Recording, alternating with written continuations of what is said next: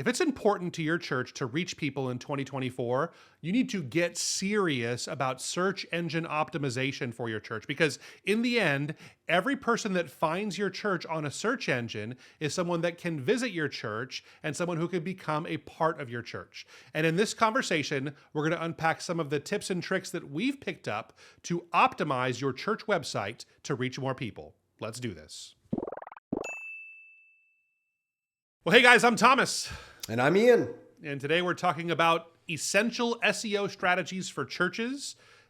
These are tips that we have found and implement for churches that will actually help your church see more visitors on your website, which will lead to more visitors on Sunday morning. And these are proven, tried and true.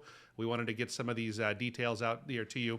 The thing about SEO too is that it's changing all the time. The things that worked for us in 2017, 2016, the things we did for SEO back then, that stuff is a waste of time nowadays. The things we need to do now, I think, are just totally different, and we want to unpack some of those ideas, what we see working for churches to help you see more visitors on your website and therefore grow your church on Sunday mornings. That's what it's all about for us.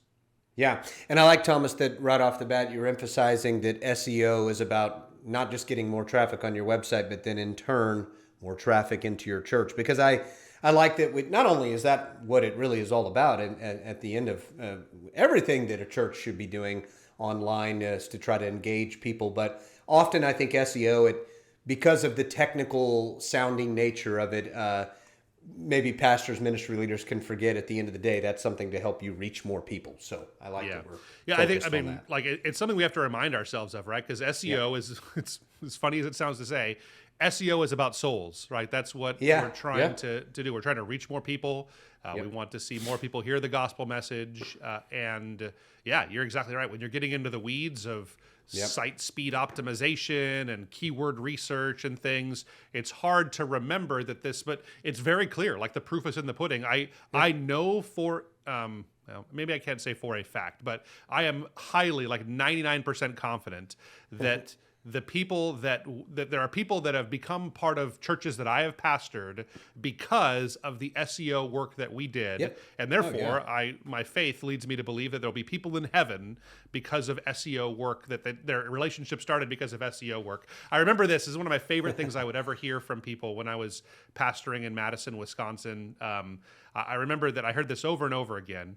People would come to church and say something to the effect of, "It was so weird. I was just searching for something," like I remember one girl specifically said, "I was just searching for events in Madison this weekend, and your church website came up, and I figured like I should probably come and visit a church now that I'm here." And she wound up coming and grew. She was a Christian already, but she wound up loving our church and becoming discipled. And these kinds of stories happen over and over again. And I usually, as a pastor, would kind of like play dumb a little bit, like, "Oh, that's so weird that turned up for you," when it was very intentional. That we were trying to attract people and get more people to see our content on the website through SEO. So, but before we get into the tips, Ian, I think maybe it's important that we spend a few seconds defining our terms. So I want to hit two things. So first of all, if you're listening to this episode and maybe you're frustrated already because you don't know what SEO is, SEO, it means search engine optimization. So how do we optimize our website for Google specifically, but all search engines, so that when people search for things like churches near me or youth groups in my city, or even broader terms like homeless shelters or whatever ministries you may offer at your church, how do we make it so that our church and its best performing pages on our website show up when people do those searches? So there is absolutely science behind this. And there is lots of competition for these kinds of things. And when I say competition, the thing to remember is we're not necessarily competing with other churches. Really, in most cases, we're on the same team as them. But we're competing. Like one example that I've seen actually work for one church is that they started to rank when people were searching for divorce and should I pursue divorce? And the people trying to rank for those terms are divorce attorneys that get money when people go through with divorce. And so when churches can rank for that and compete against lawyers and people trying to encourage people towards divorce, what an amazing thing that is, right? So it's we're competing for these kinds of key terms when people are out there looking for them online. So that's what search engine optimization is. One other little caveat, there's no way around this when it comes to search engine optimization. The saying that content is king is very true. And just the fact is, without content on your website, I mean text content, actual words on your website, it is impossible to rank for anything when people are searching for it. So you need to find ways to consistently make new content on your website if you want to be serious about search engine optimization. Now, the good thing is that most of us as pastors and church leaders, we create new content every single week. We're writing sermons, and you can take those sermons and turn them into transcripts, or maybe you already write a manuscript for your sermon. You can put that on your site, and that will be kind of the content that you need to build a foundation for search engine optimization. So a couple of caveats I wanted to get out of the way before we started, but that's good. Anything to add to those two, Ian? No, I think it's helpful. I find, and as you know, I'm on the ground, talk to so many pastors, that more pastors, ministry leaders are familiar with that term, but not everyone is yet. It is a technical term. So that's good to identify it, Thomas, for sure, before we jump into the specifics of it. Cool. Okay, we got that cleared up. So let's get into it. The first one we came up with is that in order to kind of the SEO strategy you need to focus on is utilizing keywords for search engines. You need to spend some time thinking about what are those keywords that people would be using when they're looking for an organization or a church like mine. And if you stop right at the front, and you say, well, they're probably searching for churches. Yeah, that's true. Yeah, they are. They're probably typing in church or churches or church in my city or church near me, those kinds of terms. Yes, that's absolutely something that you need to be cognizant of. That will be probably the best term for your website. So you want to make sure you're optimized. And this is a mistake that I do see some churches make, especially churches that do not have the name church or the word church in their name. So I, for years, pastored at a church called Hope Chapel, where we weren't called Hope Church, we were Hope Chapel. And so it would be a major mistake for a Hope Chapel to write the word chapel, chapel, chapel over the site, because very few people are searching for chapels near me. And if they are, they're probably looking for a place to get married, not a place to visit this Sunday, right? That's right. You want to make sure you're using that key term, but go beyond that. You want to do some research of what are some of those things that people might be searching for. So kids ministries and youth programs and seniors ministries and worship services and some of those kinds of terms. And you want to be using those on your site. We've done other podcast episodes. We can link to them in the description that talk all about some of the ways we recommend churches do keyword research. But you need to be thinking about the words you're using on your site. That's right. And one other thing, you covered all of that pretty much, but one other thing too is having, think of it as content too, right? Keywords are a part of content, like website content and copy, and having content that's of interest to people. And of interest means that's what they're doing searches for. So it's a good thing to focus on and make sure you do your homework on, worth its weight in gold. So good stuff. Other than that, next thing is optimize your church website. Well, what does that mean? Well, what it starts with is you want to evaluate your website, see if there's any missing pieces, anything that you need to remove, but mostly optimizing, making sure that you have good images, video, those types of things. Adding a blog is something that we've always preached heavily on. Now, again, you have to count the cost when adding a blog, because as we've said over and over again, a blog will take commitment and continual updating and work, but those things will optimize your website to also help you with SEO as well. Yeah. When I think of optimization, I think especially on the speed side of your site. That side too. So that's a huge thing. Google comes out and says that this is one of the most important things.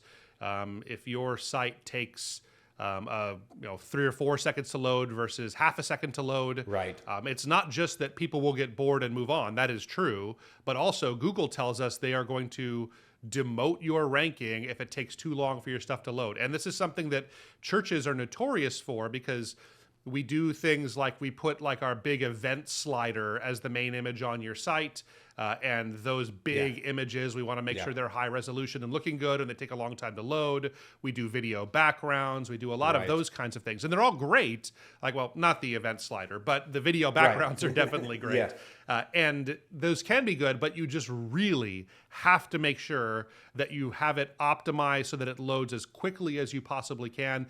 With those video backgrounds, the way we always set them up is that we do something that's called lazy loading, where it'll start with an image, and then as you scroll down, you'll actually see more of it. It won't load the entire thing. And for the video backgrounds, it starts with just a still image, and then we really compress those heavily. Remember, they're just in the background, so it's not like it's the main video they're watching. We still want them to see the text, but they're catching what you see in those video backgrounds there. So optimizing is a big deal. Yeah, also good hosting as well, and not just the cheap hosting also provides good site speeds and load times too, so that's good. Yeah, what's the next one, Thomas? Yeah, next one is engaging the online community. So you're engaging on there.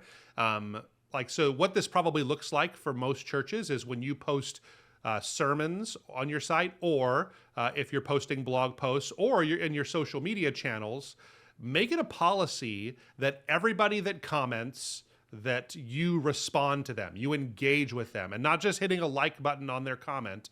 Actually give them feedback, and it can be something really simple. Usually you want to respond in kind. So if someone makes some kind of a funny quip, you want to give them maybe a quip back, a sarcastic response. If someone puts an emoji, give them another emoji back. So you want to respond in kind typically. The exception to that is if people are being really negative in the comments, or maybe they write, that was the worst effing sermon I ever heard in my life. The best solution with that is just hit the delete button. Don't leave that on your site. Don't feel like just because it'll increase engagement that you have to leave it.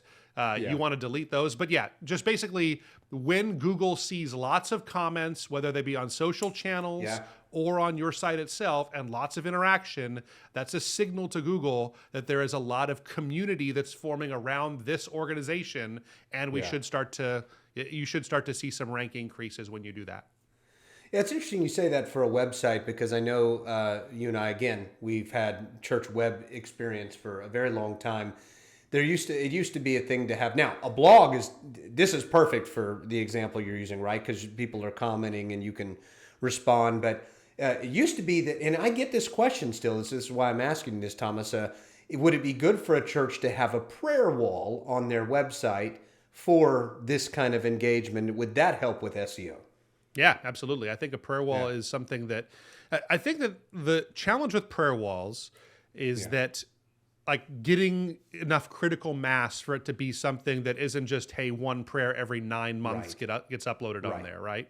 So if you can actually get the momentum behind it, and even small churches can do this, right? So a church of 75 people, like, if someone, maybe 10 people a month are posting some kind of prayer request on there, that starts to build some momentum on those things. But I have seen the other side of it, where too many churches are kind of stuck in that, there was one prayer request from back in 2021, and that's the last time it was used. That is a detriment to you. And I think Google probably picks up on that too, is that this used to be a thriving community and not anymore. So something to think about. Good. No, I appreciate that response, Thomas. And the next one would be use local SEO. Well, what do we mean?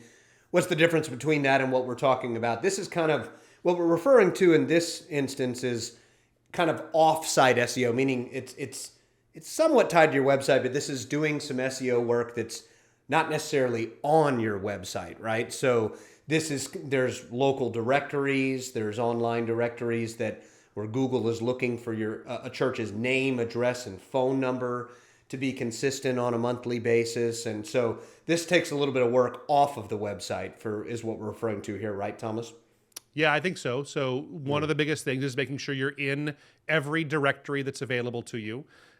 We do this as a service for churches, and I think right now we have something like 75 different directories that we wind up listing churches in to help boost their local SEO performance.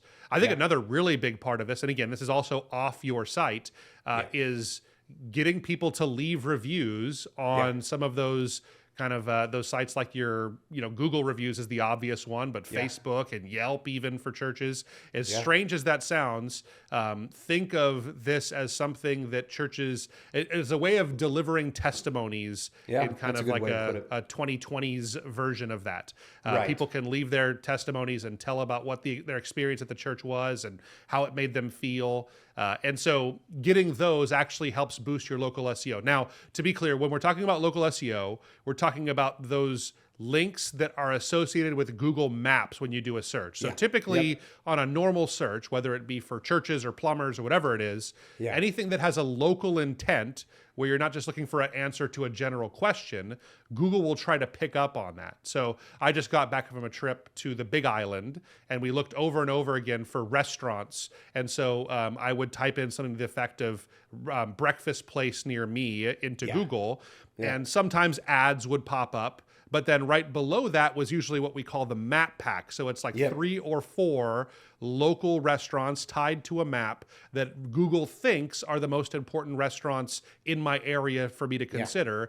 And then below that, you have the organic SEO searches. So for churches, local SEO, it might even be more important than organic SEO, I would say, just because so often people, when they're looking for a church, are looking for a physical place that they can go to. So that's right. Brick and mortar really location. big. Those are the 2 things I would recommend. There's lots of other stuff you can do. You want to make sure your Google business profile is really dialed in. But again, getting all your citations on those directory sites and making sure you have people leaving reviews from within your church, those 2 things will get you a huge leg up in that area. That's good. That's good. All right, next one is integrate social media. This has really kind of the same effect as the one we just talked about, but you want to make sure that all of your social profiles, so your Facebook, Instagram, TikTok, Twitter, YouTube, all those channels, that you have those pages, your channel pages or your main pages, you have those dialed in with your name, address, and phone number, and they're properly linked to your church's website, because Google uses this as a signal for an organization to make sure that these are real people. One of the things that Google is looking for nowadays is they're looking for something called your EAT score. So they want to rank pages and websites that have high EAT score. So it's your expertise, your authority, and your what's the T? I'm not gonna remember what the T is in the EAT score, but it's your technical ability. Basically, basically what they're looking for is that they're looking for stuff that isn't written by AI bots, right? So what this does is it's a signal to Google if you have a Facebook page and a YouTube page and you have Instagram pages and there's lots of activity on there and they link back to your website, that's a signal to them that these are real people, a real business, a real organization, a real church, and not just some bot-driven farm that's trying to, game our system with this here. So you want to make sure you're linking up with that. So I'm going to get back to you on what the T is in EAT. I don't remember. It's going to be eating at you. I'm going to look it up as you're talking about integrating social media, or the next one if you didn't have anything else to add. Next one actually is backlinks, building backlinks. So that's the one. So so building backlinks. So what is a backlink? Well, think of it as kind of like an online friendship, right? So it means other organizations, and these could be other local organizations that are linking back to your website. And this is very valuable for SEO because the more other sites reference your website, if you will, the more it's going to give you some search engine optimization juice. So these could be, and I'm sure you'll know of some more, Thomas, but these could be could be another local outreach organization your church is partnered with or has worked with. Another something local community service oriented, maybe a homeless shelter or something like that, or just could be other ministry partnerships that you have to just make sure that they are referencing you for a local church if that's what you are. So All right. So, okay, let me pause there and say trustworthiness is the T. So trustworthiness, and that's what I was getting at with the social media side of things. Yeah, is it builds it makes them feel like you're real. It's trustworthiness. That's right. So there That's it is. right. Neat. Okay. All right. Now backlinks. These are, other than content, this is the second most important pillar, I guess, of search engine optimization. Is Google, no matter what they say, they are really focused on how many other people and what kind of other sites link back to you. Yeah. So I don't suspect that most average sized churches really give any thought into this, right? And I get it. Like I didn't really put a lot of thought into backlinks and who was linking to us. It's nice to have if someone links to us and everything, but it really does make a big impact on your church. And so I think you're right. That's a couple of ideas like local ministry partners, other churches. Those are usually ways that you'll kind of build some backlinks. A couple of things that I think churches can do. Anytime you have a guest speaker, they probably have some kind of a website, whether it's their church website or their ministry, parachurch ministry website, and to encourage them to maybe add the sermon that they preached to their website and link back to your church that way. That's an obvious kind of organic way to do these things here. Yeah. One thing, this is kind of strange, but one way is offering reviews. So I know that's something that we do at REACHRIGHT, and I just kind of picked up on this. One of the interesting strategies is when I use a product, I'm always very quick to directly tell the people that run that organization what I think of their product, especially if I really like it. For a while, we were using a company that helped us find writers, right? They helped us kind of connect with some people to help us write content here at REACHRIGHT for some of our clients. And I loved it. It was a great service. And I made a whole point of, hey, I just wanted to let you know, I love your service. It's been fantastic for us. We gave them actual numbers of what kind of increase we saw in our business here. And they took that review and put it on their website, on their testimonials page, and they linked out and they said from Thomas at REACHRIGHT, and they put a link to REACHRIGHT, and that's another backlink that we have. So there's little things like this you can be doing and trying, and we don't really encourage churches to game the system. I don't think you should ever pay for backlinks and say, hey, I'll give you $50 if you put a link to our site out there. That is something that is real. We've tested some of the waters with that here at REACHRIGHT. We're doing some tests right now with it's not quite as simple as like, hey, here's $50 for you to put it on our site, but we're paying for maybe people to write content that reflects some of the things that we're doing there. And it can be very expensive. But anyway, those are just some ideas when it comes to building backlinks. I think for churches, just organically doing these kinds of things is probably your best bet. That's good. That's good. All right. Next one, audit your website. This is an important practice to be in I'd say every year or so. You want to get into your church website and take a look at the content that you have on there and make sure that it is all kind of serving the right kind of purpose where we're kind of trying to go. This is especially true for all of your fixed pages. So your home page, your about page, your ministries page, your giving page, all that stuff on your site. Make sure those are all functioning properly, taking a look at it, and making sure that everything's working the way that you hope that it would. And making any kind of necessary course corrections. If you're looking for some kind of an audit, we do free audits for churches. So if you're looking for that, hop onto our website. We'll put a link down below where you can get a free audit, especially of your local SEO situation and some of those things, but also on your on-page SEO. But you want to be looking at this at least maybe once a year and seeing like, hey, what are some areas that we can improve? Can we go back and, one thing you'll usually find is that this one page or this one sermon we did is getting like 50% of all of our traffic on our website. What did we do right here? How can we build that so it gets even more traffic? And what can we learn from that one page and apply it to other pages that we have on our site? That's one of the cool things you usually uncover when we do these kinds of audits here. So that's something that's good to do.